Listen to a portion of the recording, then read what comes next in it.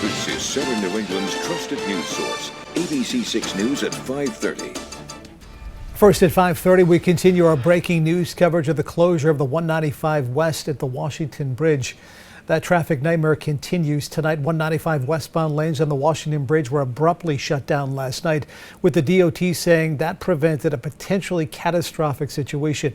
We have live team coverage of that closure of 195 West on the Washington Bridge and the traffic mess it has created, in some cases all the way back into Massachusetts. ABC 6 News anchor Alyssa Zara joins us now live from Providence with how state officials are now working to try and address the situation. Alyssa. Good evening, John. Today, officials saying that their response to shutting down the bridge is a work in progress. RIDOT says they had to close the bridge for repairs to ensure safety, but they are working with the communities most affected to try to figure out solutions to all of this traffic. Governor Dan McKee speaking for the first time publicly Tuesday following the immediate closure of the westbound lanes on the Washington Bridge Monday nights.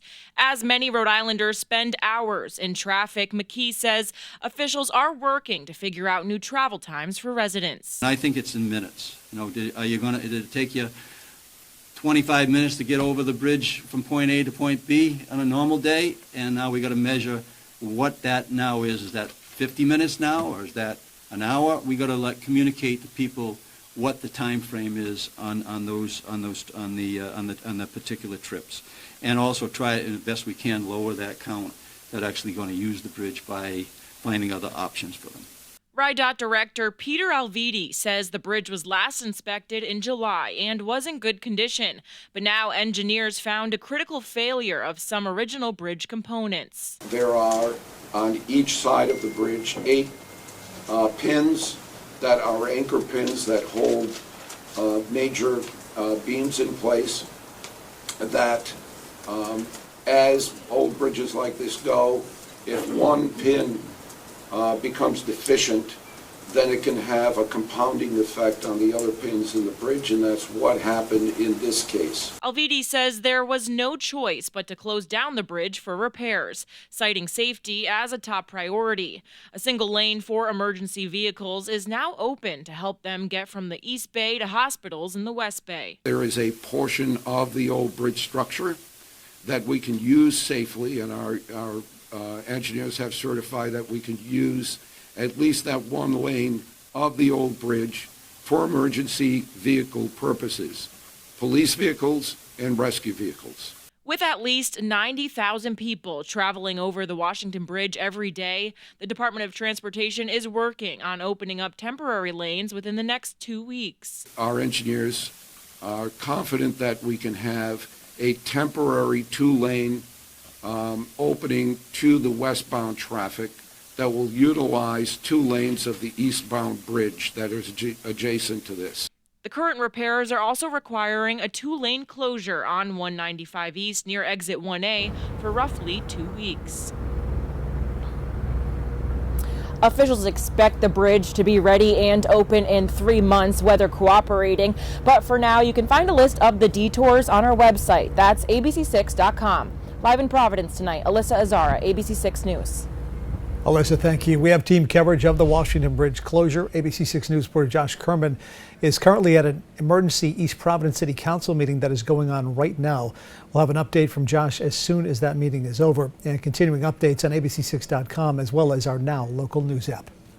Meanwhile, RIPTA says that several of its bus routes have been detoured because of the bridge closure. Passengers are now being told to expect major service delays on the Rumford, East Providence, Seekonk Square, Providence, Newport, East Bay, Park and Ride, as well as Beveridge Hill Avenue routes. The detours will last until the bridge is reopened. So if you see news happening in your neighborhood, we would like you to share it with us through our Now local news app. Your videos can earn you points, which you can then exchange for gift cards and other prizes. We may even show your videos right here on ABC 6 News. To download that app, you can scan the QR code on your screen or just search Now Local News in the Apple or Google Play stores. Let's get a check on the forecast now. Storm Tracker Chief Meteorologist Jeff Benson joining us live in the weather. So it really was nice to see the sun today, Jeff. Some great sunsets probably tonight. beautiful out there, John, and we're going to have a lot more of those the rest of the week, but it does not come without some chillier air. Temperatures today were rather seasonable, but it was a cold wake up out there. We woke up to temperatures down in the 20s. Not too unseasonable in and of itself. Our average low temperatures in the morning are 29. TF Green was 26, so close to that. A little bit milder right along the shoreline. You can see those numbers in the 30s because of the warmer water temperatures. Not really warm water, but just relatively speaking. And then peaking at an average high near 44 today, 43 in Providence, but plenty of us were around 44 degrees across southern New England. So seasonable on the front and the back half. We'll see another very similar day to that tomorrow. The winds, they certainly died down from yesterday, but a little bit of a breeze out there today. At current check, we are seeing wind chills down around 30 across parts of the area. So bundle up out there this evening. Quiet weather is, again, with us in the next several days. We do still have those flood warnings. I'm going to take this opportunity to zoom in on the one in a little bit more populated area that may be causing some greater issues than the one down in Washington County. This is the Pawtuxet River right by Pawtuxet Village. We've gone down all the way to street level so you can see just exactly the streets that are dealing with this. So Pioneer Avenue, I'm going to bring you back on screen here in a second and just highlight these. I know the text is tiny, but Pioneer Avenue and Bellows Street, this intersection right here. If we could take me back on camera, thank you so much, guys. Right here, Pioneer Avenue and Bellows Street. As you're not far away from the Narragansett at this point in the river flowing out there, but that is the intersection where we have seen the most issues. And anybody walking along these riverbanks as we head through the next 12 to 24 hours should use caution. But I do expect those rivers to recede as we head into tomorrow. We'll have the 7-day forecast, let you know when the next time we could see some rain coming up in a bit, John. All right, Jeff, thank you. Happening now at 5:30, Harvard's President Claudine Gay appears to be staying put. Harvard leaders have faced calls to fire Gay over remarks that she made at last week's congressional hearing about anti-Semitism on campus.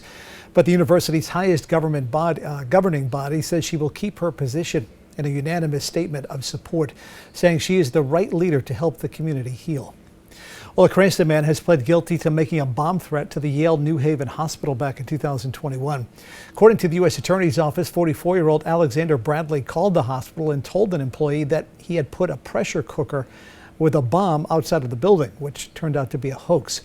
Bradley is now set to be sentenced in March. He faces up to 15 years in prison. Former Cranston City Councilor Matt Riley is back at the ACI. Now, Riley had been accused of drug possession in May, and in June, he was also accused of having an inappropriate relationship with a minor. According to a state corrections official, Riley was brought back into custody at the ACI from home confinement to await trial, but no further information was provided. Now to some other local stories we're following for you on this Tuesday evening. A Central Falls City Councilor was arrested over the weekend after police say he assaulted public safety officials. Now, according to Central Falls Police, officers initially responded to Kevin Kazarian's home for a well-being check. Now, police say Councilor Kazarian was acting erratically, and when they tried to evaluate him, he put his hands on officers and fire officials.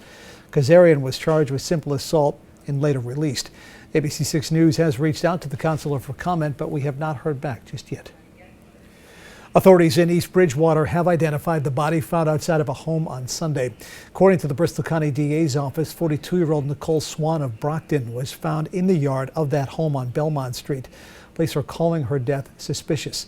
The medical examiner's office is now waiting for autopsy results. House fire in Fall River this morning. It started on the 3rd floor. Early this morning on South Almond Street, crews quickly put that fire out, and according to the fire chief, no one was hurt. The cause of that fire is being investigated. The Boston woman accused of posing as a teenager and then enrolling in multiple schools last year is now facing new charges. 32-year-old Shelby Hewitt, a former social worker, was arraigned in July on forgery and fraud charges after attending 3 high schools under fake names and claiming to be a special needs student. The new charges she's facing include felony forgery, identity fraud, and larceny. Still ahead tonight on ABC6 News at 5:30, the new recommendations being made by doctors in the fight against childhood obesity. And as the investigation into that deadly mass shooting in Maine continues, scientists are now looking for clues directly from the shooter's brain.